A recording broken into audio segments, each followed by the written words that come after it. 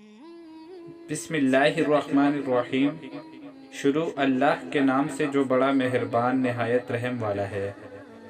حضرت ام الردا رضی اللہ عنہا نے کہا کہ میرے آقا خامد ابو الردا نے مجھ سے بیان کیا کہ انہوں نے رسول اللہ صلی اللہ علیہ وسلم کو یہ فرماتے ہوئے سنا، جس شخص نے اپنے بھائی کے لیے اس کی پیٹھ پیچھے دعا کی تو جو فرشتہ اس کے ساتھ مقرر ہے وہ کہتا ہے آمین، اور تمہیں بھی اس کے مانند عطا ہو۔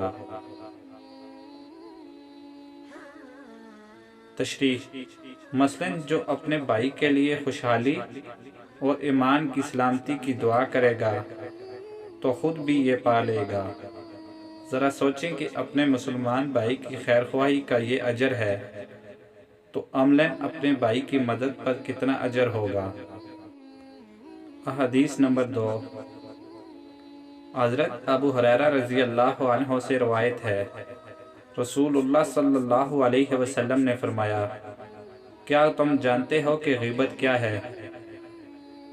انہوں نے عرض کیا، اللہ اور اس کا رسول صلی اللہ علیہ وسلم خوب جاننے والے ہیں۔ آپ صلی اللہ علیہ وسلم نے فرمایا، اپنے بھائی کا اس طرح تذکرہ کرنا جو اسے ناپسند ہو۔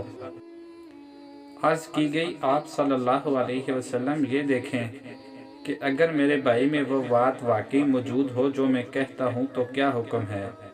آپ صلی اللہ علیہ وسلم نے فرمایا، جو کچھ تم کہتے ہو اگر اس میں موجود ہو تو تم نے اس کی غیبت کی، اور اگر اس میں وہ عیب موجود نہیں تو تم نے اس پر بہتان لگایا ہے۔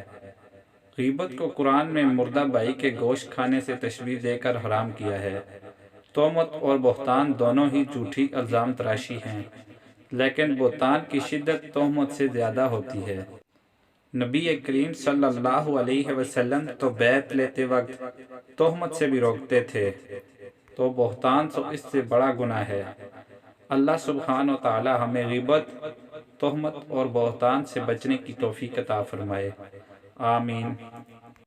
مزید اسلامک ویڈیوز دیکھنے کے لیے چینل کو سبسکرائب کریں۔ شکریہ۔